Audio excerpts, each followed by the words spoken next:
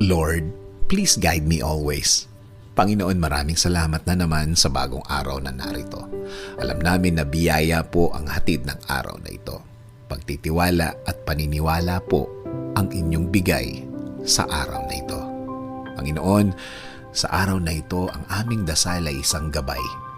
Gabay para sa aming mga buhay.